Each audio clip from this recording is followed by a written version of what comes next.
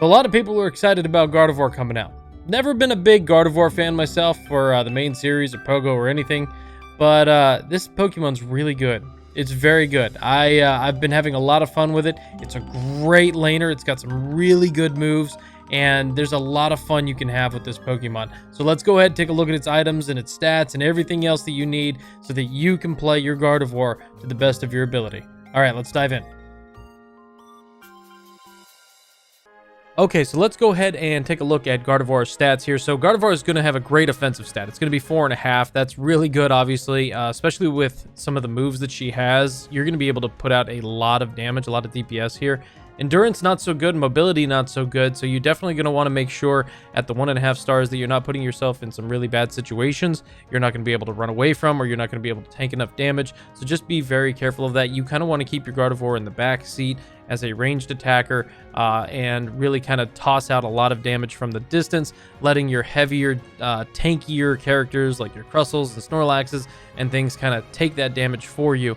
Now, scoring is pretty decent at the 3, so you're not low, you're not high, you're just right there at the 3. And support, you are 1.5. You don't have a whole lot of support, but a little bit more than you would think, especially with the ult and some stuns that you get as well. So we'll talk about that in a second. So let's go ahead and move. And you also do have a Hollowware, guys. The Hollowware did come out as well. A little bit more on the basic side. I don't know if I'll put some gems into this. Maybe if they add it to the summon something later, then maybe I'll do that. But for now, I'm not going to go ahead and worry about that. Let's go ahead and look at the moves real quick.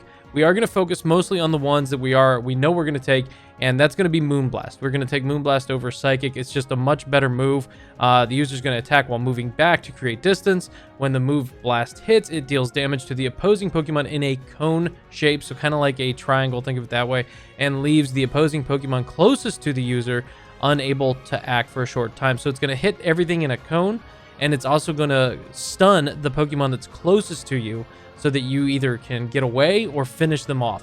So if you need to run away, you'll be able to run away back to your tower or whatever it is, or you can finish off that Pokemon. More often than not, you're going to be able to finish off that Pokemon, or your teammates are going to be able to finish off that Pokemon. So Moonblast is really, really the way we want to go. And then also when you upgrade this, it's going to give you a shield when you use the move, which is going to obviously offset that low endurance stat just a little bit. And this comes in really, really handy towards the end of the matches. Psychic is fine. There's nothing wrong with Psychic, but you're not getting the stun, and which is really it. You're not getting the stun and you're not getting the shield, and those are the two big things that Moonblast is really going to give you here. So let's go ahead and look at the ZR move here. Okay, so you've got Psyshock and Future Sight, and honestly, I'm really torn between the two of these. I like both. Psyshock is a little bit harder to use, a little bit more of a, I guess, an expert class, more experience to kind of get used to it, while Future Sight is a little bit easier to use. Now, each one has its merits. I think Psyshock does a little bit more damage if you can get it to work properly. Future Sight can do more damage if you're meeting some of the requirements. So let's take a look. Future Sight is going to set a delayed explosion. When the explosion hits an opposing Pokemon, it reduces the move's cooldown. So basically, you're going to have a circle on the ground, and after like a second or two, it's going to blow up and do damage. Now, when you upgrade this, it's also going to reset the move's cooldown when the explosion hits an opposing Pokemon. So if you hit something, you automatically get to use it again. So this is really cool. Think of it kind of like Hex with Gengar. When you're using poison, you can keep spamming the Hex until the poison wears off. Think of it that way. If you're able to hit them, you're going to be able to continue to use this every time you hit them. So that's really nice. Again, that's when this is upgraded. Otherwise, it'll just be reducing the cooldown. Psyshock, on the other hand, attacks the designated location 3 times. This move's cooldown is reduced each time one of these attacks hit the opposing Pokemon. And when you upgrade it, it's going to increase the damage on this each time the attack hits. This one is a little bit more of the masterclass because it's a little harder to use. I've been able to use it really, really successfully. I was doing some ranked matches earlier with some friends of mine, and we were able to use it really, really successfully, but it is a little bit harder to use, and it is a little bit more of a learning curve, where Future Sight, you can pretty much pop it down and almost hit, almost every time. So this is really nice. Now, either one of these is going to do a lot of damage. They both have their merits. This has the 3 times attack. This one has the instant reset cooldown on upgrade. Each one has its merit, and I'm going to show you guys some video with both, so you can decide which one of these you like. Now, me personally, I think I'm going to go with Psyshock, especially if we're laning with this Pokemon, which you're going to be doing a lot. because this is a good deterrent for people pushing on your tower. The 3 hits scares some people, and it does a crazy amount of damage. So if you can get this under control and learn how to use it, I think you'll be able to really, really hold your lanes, do a lot of damage, and get a lot more kills than you would normally think of. So the Unite move is great. Warp space in the designated area, drawing in opposing Pokemon, shoves and deals damage to the opposing Pokemon the instant the warped space disappears. So basically, it sucks everything in like a black hole, and then it kind of blows up and does damage to everything. So it's great. This is a fantastic move, especially if you're engaging in a team battle. You can cluster everything together, and your people can just kind of wail on them real quick. You could toss out your stun to stun everybody there. You can then, or to stun the one closest to you there, and then you could drop your ZR down and just do crazy damage, and then just keep spamming moves, and your teammates wipe everything out, and then you guys take Zapdos, and you've won the game. I mean, it's pretty crazy with what you can do here. This is an awesome move. I think it's one of my favorite Unite move in the game, if not my favorite in general. I really, really like this. It's fantastic. Synchronize, this is great as a passive because when something inflicts a decreased movement speed or damage over time condition to your Pokemon, you're going to inflict it back with them, just like in the regular main series games. So whatever they do to you is going back to them. So it's great. So that's awesome. And then your basic attack, this is very important to know, becomes a boosted attack with every 3rd attack. When this boosted attack hits, it's going to deal damage to the opposing Pokemon in the area of effect and decrease their special defense for a short time. So you can actually time your 3rd attacks to then use your R and ZR moves to do crazy, crazy damage. So just keep that in mind, guys. Make sure that you're timing your attacks so that you can maximize the amount of damage that you're outputting all the time, because that special defense, it makes a huge difference. Okay, so let's go ahead and talk about items now. So the items that we're going to be using for Gardevoir, we are going to be using the Energy Amplifier, the Shell Bell, and the Wise Glasses. Wise Glass is going to increase our special attack. At level 20, it's 7%. It's also going to give us a base special attack of plus 29 at level 22 as well. And then Shell Bell is going to help us healing. So when the Pokemon hits with a move, it recovers a minimum of 75 HP, again at level 20. The higher the Pokemon's special attack, the more HP it recovers. So very nice little bonus healing there. Special attack is going to be increased also by 16 here, and the cooldown is going to be reduced by 3%. Now for this Pokemon, any cooldowns is going to favor this Pokemon tremendously, as we know that its skills are fantastic, and they're already a little spammy almost, so the more we can make it even more spammy, the better it's going to be for this Pokemon. And then finally, the Energy Amplifier. After the Pokemon uses the Unite move, the damage this Pokemon deals is increased by 21% for a short time. 21% is a huge damage increase, guys. Now keep in mind, this is the level 20 version of these items again, but that is a crazy, crazy increase on damage. It's also going to help us get our Unite move a little bit faster, and it's going to also reduce the cooldown again, so we can spam things as often as possible. So this is the items. These are the items that I would recommend using. There are a couple others that you could use in here, or that I've seen used before. So we'll take a look at those real quick. Let's see here. If you're planning on doing a lot of scoring, you could use the special attack specs. Probably not what I would recommend for the Gardevoir here. You can if for some reason you're jungling or whatnot, but not really where I'd go with this. I don't think Scope Lens is going to benefit you much either here. However, I've seen some buddy barriers being used, so this is a possibility for you, because this does give you a shield equal to 20% of your max HP. That's the level 1 version of this. So that is something you could also use. But for me, I'm having a lot of success with the Energy Amplifier, the Shell Bell, and the Wise Glasses. Okay, so we've gone over the stats and the skills and everything for the Pokemon. So how do we use this Pokemon?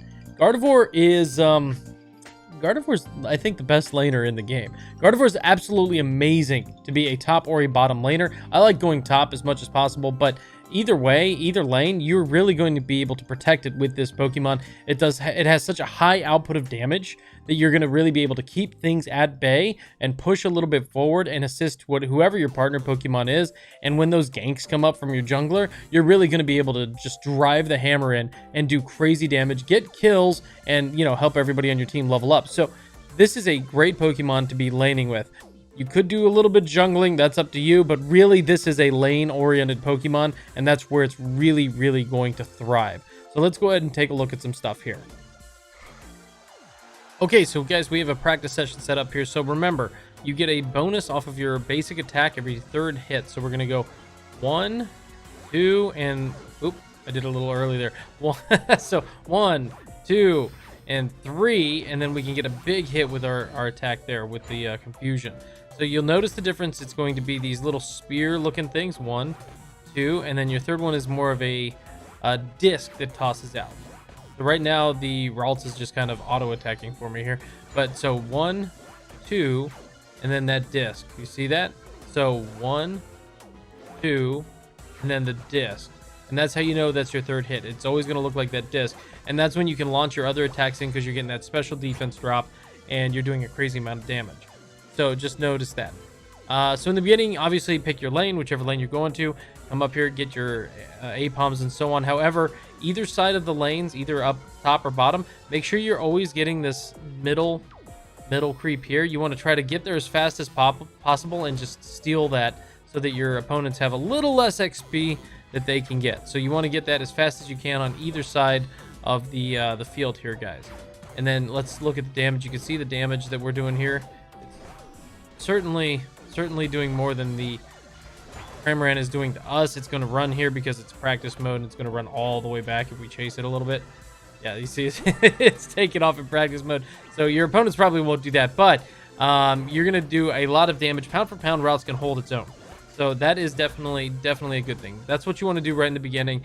Get your A-Palms, time your attacks, get up here, get this middle creep, and then back off here, get your level 5 creeps, and maybe get this one here that's right at the edge of the jungle. This one's then going to spawn up here. Grab this when it comes up. Make sure you get your top A-Palm, and then the bees spawn, and you can then get those. And that's how you're going to start. Watch for ganks, like Haunters coming out, Ghastly's coming out, Zeroras, Lucarios, and so on. Anything coming out of this grass down here that's going to grab you, or above you if you're at the bottom, and you'll be good. Stay within your zone area here, your immediate retreat area, and you can come on back. Now, I'm not sure why I have a potion equipped here. This should be the eject button. That's basically the item that I've been using because we are at a disadvantage with mobility. So that is a nice little, hey, I'm back at my base kind of thing. Now, in the very beginning, you do have your teleport. So it's a small little teleport, but you do have that, and that will be able to launch you until you pick your skill that you're going to be able to use. But eject button is definitely the item that I would recommend at this time. Unless we get something a little bit better. Whee! Teleport in. Okay, there we go. The Cramorant's trying to push us. Let's kill this Cramorant real quick. Oh, we got our little disc out. Boom. And boom. And boom.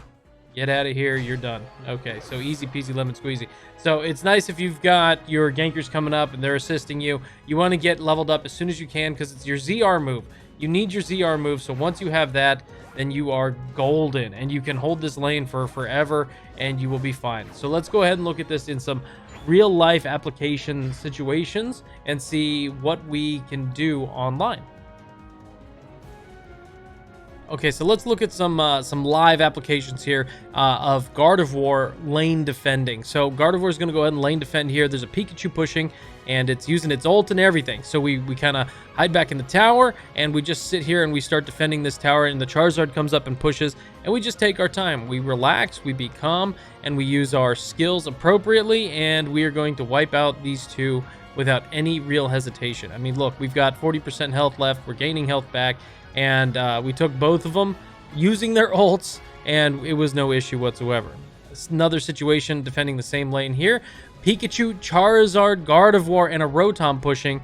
We throw down the ult, we toss down our ZR, and we wipe the team. Easy, no issues whatsoever. The Gardevoir had like a little bit of HP left, and so we wiped that out in one shot afterwards. So this is how you use the ult, guys. You toss down that ult right in the middle of the team, and then you go ahead and you pop down your ZRs, and if you've got a teammate, which you can see the Slowbro came up to help, they can jump in, they can do damage, but your ZRs are going to be doing crazy amount of DPS, and you're gonna get some kills. Okay, so now you're in a situation where you're alive and maybe your team is dead or you're getting pushed really, really hard, right? And you've got to do a little bit of goaltending. Maybe they got Zapdos and so on. Well, Gardevoir is a great choice for goaltending. This Pokemon is able to really goaltend very well because of its range with its ZR moves. Especially if the only place you have to guard is your home base, you could sit behind that nice protective shield and just launch out ZR moves over and over and over again and get a ton of kills, do a ton of damage, and hopefully allow your team the opportunity to get a bunch of those orbs to go turn those in and get a crazy amount of double points to win the match, to give you counter scoring. Now in the video we're going to see here, that's not what happened. We ended up losing. No fault to the Gardevoir. The Gardevoir did great. The Gardevoir put some work in, okay? But that's what you're going to see. You're going to see the crazy range that the Gardevoir has, as well as some damage that goes out. So you're going to kind of see a very good, well-rounded end game of Gardevoir here. So let's go ahead and take a look. Okay, so you can see we're back here at the home base area and we're looking around. I'm trying to figure out what to do, and I'm like, you know what? I'm just going to goaltend, wait for him to come to me. Half the team is dead. They've got the Zapdos. I'll just chill here for a moment and see what happens. But you can see how far that range goes out. You can sit here very leisurely, just with ZR. Pikachu comes up and boom, Pikachu gets hit. Gardevoir comes out, does some damage. The Pikachu's like, no, I need to live. I need to get my points, and we're just not having it, and Pikachu's dead. Easy peasy lemon squeezy. Venusaur comes up a little beefier than a Pikachu, and well, we deal with that without any issues. Now, we did have some Talonflame there helping us as well, but you could see it was no issue whatsoever. We did end up losing this match, but you could see Gardevoir put work in. So in a nutshell, guys, if you aren't a big fan of jungling, you don't like the stress of having to go from lane to lane to lane to lane and ganking everybody and kind of putting in the overtime, but you find it a little more boring to maybe be a tank player like Snorlax or something like that, more of a support player, then maybe Gardevoir is the Pokemon for you, because this is a fantastic laner, guys.